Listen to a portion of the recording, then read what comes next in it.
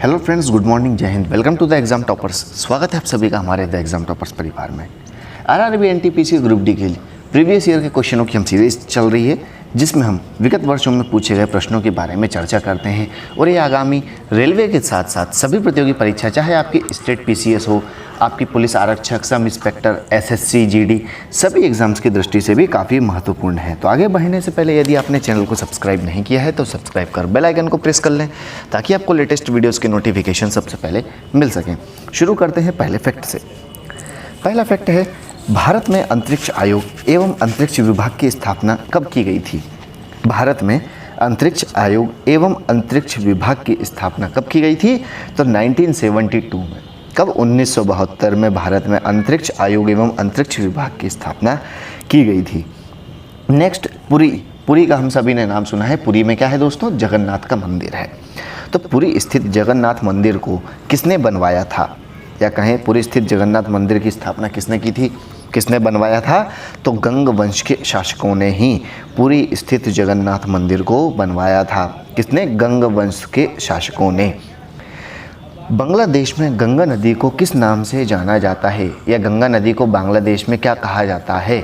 तो गंगा नदी को बांग्लादेश में किस नाम से जाना जाता है? पद्मा के नाम से जाना जाता है। क्या नाम से? पद्मा के नाम से। अगला आता है, जुड़वा शहर के नाम से किन दो शहरों को जाना जाता है? जुड़वा शहरों के नाम से, या कहें जुड़वा शहर के नाम से किन दो शहरों को जाना जाता है?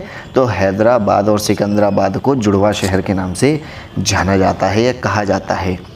महाभारत का प्राचीन नाम क्या था? महाभारत का प्राचीन नाम क्या था? तो महाभारत का प्राचीन नाम जय संहिता था। क्या था? जय संहिता।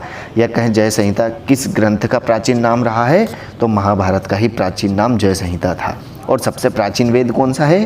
तो सबसे प्राचीन वेद ऋग्वेद है। और टोटल वेद कितने हैं? 4 वेद हैं, ऋग्वेद, यजुर्वेद, सामवेद और अथर्ववेद। राष्ट्रपति अपना त्याग पत्र किसे सौंपता है?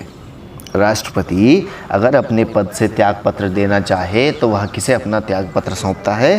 तो उपराष्ट्रपति को राष्ट्रपति अपना त्याग पत्र सौंपता है। अगला आता है हजामती दर्पण। हजामती मतलब जो नाई की दुकान पर रहता है, जो हजामत करता है। तो जो नाई की दुकान पर सामने शीशा लगा हुआ था है, हजामती दर्पण के रूप में किस दर्पण का प्रयोग किया जाता है? हजामती दर्पण के रूप में किस दर्पण का प्रयोग होता है? अवतल का, उत्तल का, उपरोक्त में से कोई नहीं है, उपरोक्त दोनों। तो इसका सही आंसर क्या होगा? अवतल दर्पण। अवतल दर्पण का प्रयोग ही हजामती दर्पण के रूप में किया जाता है। नेक्स्ट है, तानसेन का असली नाम क्या था? तानसेन हम सभी ने नाम सुना है, जो मधुर संगीत के लिए फेमस हैं। तो तानसेन, तानसेन का असली नाम क्या था? तानसेन का नाम रामतनु पांडे था। क्या था? रामतनु पांडे ही तानसेन का असली नाम था। अगला है खजुराहो। खजुराहो में मंदिर है काफ़ी। तो खजुराहो मंदिर लगभग कितने वर्ष पुराना है? खजुराहो में स्थित मंदिर हैं, ये कितने वर्ष पुराने हैं? तो खजुराहो का मंदिर, या कहें खजुराहो के मंदिर लगभग 1000 वर्ष पुराने हैं। कितने? 1000 वर्ष पुराने हैं। नेक्स्ट है हाथी गुम्फा।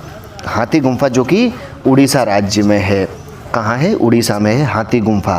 तो इसे किसने बनवाया था? तो हमें याद रखना है, हाथी गुम्फा का अभिलेख भी है। तो हाथी गुम्फा जो कि उड़ीसा राज्य में है, इसे खारवेल ने बनवाया था। किसने? खारवेल ने बनवाया था। नेक्स्ट है गोकक झरना। गोकक झरना कहाँ स्थित है या किस राज्य में स्थित है? तो हम दोनों के बारे में चर्चा करेंगे। गोकक झरना कर्नाटक में स्थित है। कहाँ है? कर्नाटक। और गोकक झरना कर्नाटक के किस स्थान पर? तो बेलागावी स्थान पर। कौन सा? बेलागावी स्थान पर गोकक झरना स्थित है। अगला है अम्लीय वर्षा का मुख्य कारण क्या होता है? अम्लीय वर्षा होने का मुख्य कारण क्या है? SO2 तथा NO2 सल्फर डाइऑक्साइड और नाइट्रोजन डाइऑक्साइड, इन दोनों का होना ही अम्लीय वर्षा का मुख्य कारण होता है। अगला एक पुस्तक है बहुत ही महत्वपूर्ण, गुड अर्थ। गुड अर्थ पुस्तक के राइटर अर्थात लेखक कौन है? आपको यह बताना है कि गुड अर्थ पुस्तक के लेखक कौन है? तो Pearl S Buck. Pearl S Buck ही गुड अर्थ पुस्तक के लेखक हैं। भारत की प्रथम युद्धक मिसाइल का नाम क्या है? भारत की प्रथम युद्धक मिसाइल का नाम क्या है? तो भारत की पहली युद्धक मिसाइल का नाम ही पृथ्वी है। सामाजिक सुधार करने वाले प्रथम मुसलमान शासक का नाम क्या था? भारत की, या कहें भारत में सामाजिक सुधार करने वाले प्रथम मुसलमान शासक का नाम जलालुद्दीन अकबर था, जिन्होंने भारत में सामाजिक सुधार करने के प्रथम प्रयास किए थे। आयात निर्यात बैंक अर्थात एग्जिम बैंक की स्थापना कब की गई थी? आयात निर्यात बैंक, जिसे एग्जिम बैंक कहा जाता है, इसकी स्थापना कब की गई थी? तो एग्जिम बैंक की स्थापना 1982 में की गई थी। और ट्रांजिस्टर का आविष्कार कब किया गया था? तो हमें याद रखना है, ट्रांजिस्टर का आविष्कार 1948 में ट्रांजिस्टर का आविष्कार किया गया था। अगला है, अकबर का राजस्व मंत्री कौन था? या निम्नलिखित में से अकबर का राजस्व मंत्री कौन रहा है? तो हमें याद रखना है, अकबर का राजस्व मंत्री टोडरमल था। कौन था दोस्तों? टोडरमल था। पृथ्वी का ध्रुवीय व्यास कितने किलोमीटर होता है? या पृथ्वी का ध्रुवीय व्यास कितने किलोमीटर है? तो पृथ्वी का ध्रुवीय व्यास 12,714 किलोमीटर है। कितना है? 12,714 किलोमीटर है। लोहे का निष्कर्षण किस अयस्क से किया जाता है? लोहे का निष्कर्षण, लोहा किस अयस्क से निकाला जाता है? तो लोहा हेमेटाइट अयस्क से निकाला जाता है। लोहे का निष्कर्षण हेमेटाइट अयस्क से किया जाता है। देश का सबसे बड़ा बंदरगाह, देश का सबसे बड़ा बंदरगाह कौन सा है? तो मुंबई स्थित न्यावा शेवा। कौन सा? मुंबई स्थित न्यावा शेवा, जो कि महाराष्ट्र में है। इसका अन्य नाम क्या है? तो न्यावा शेवा का ही दूसरा नाम जवाहरलाल नेहरू बंदरगाह, जिसे न्यावा शेवा पोर्ट भी कहा जाता है। यह देश का सबसे बड़ा बंदरगाह है, जो कि मुंबई, देश की आर्थिक राजधानी में स्थित है। अगला है, 14 बैंकों का राष्ट्रीयकरण किया गया था। यह कब किया गया था? देश में एक साथ 14 बैंकों का राष्ट्रीयकरण कब किया गया था? नेशनलाइजेशन तो कब किया गया था? 19 जुलाई 1969। कब? 19 जुलाई 1969 को 14 बैंकों का राष्ट्रीयकरण किया गया था।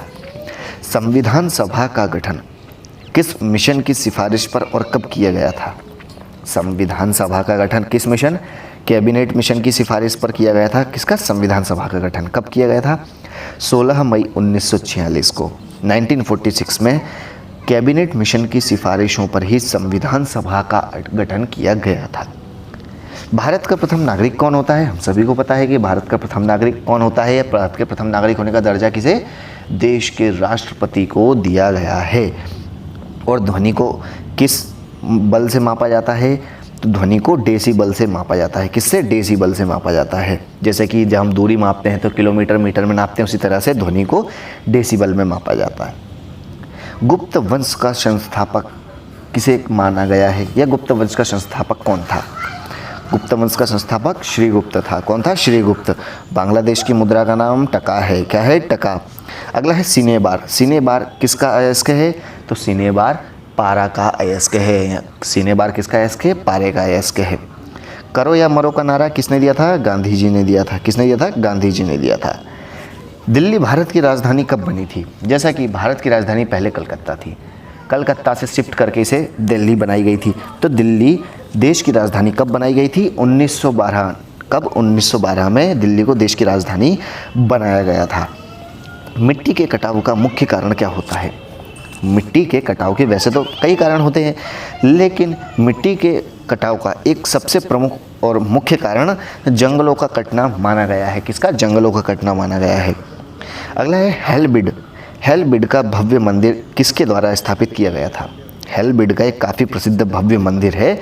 यह किनके द्वारा स्थापित किया गया था? तो यह होयसालाओं के द्वारा। किनके? होयसालाओं के द्वारा हेलबिड का भव्य मंदिर स्थापित किया गया था। और चाय किन क्षेत्रों में उगाई जाती है? ठंडे प्रदेशों में या गर्म प्रदेशों में? तो चाय अत्यधिक ठंडे क्षेत्रों में ही उगाई जाती है। और अंतिम प्रश्न है, कांच में से गुजरने पर प्रकाश के किस रंग की गति धीमी हो जाती है? जब कांच में से रंग को गुजारा जाता है तो उसकी गति धीमी हो जाती है। तो कौन सा रंग है? बैंगनी रंग। बैंगनी रंग होता है पर्पल कलर, जिसे कांच में से गुजारने पर प्रकाश की गति धीमी हो जाती है। तो ये थे कुछ महत्वपूर्ण प्रीवियस ईयर के क्वेश्चन जिनके बारे में हमने चर्चा की। आई होप कि आपको ये वीडियो पसंद आया हो, तो वीडियो को लाइक एंड शेयर करना बिल्कुल ना भूलें। मिलते हैं नेक्स्ट वीडियो में, तब तक के लिए घर पर रहें, खुश रहें, स्वस्थ रहें। Thanks for watching. जय हिंद।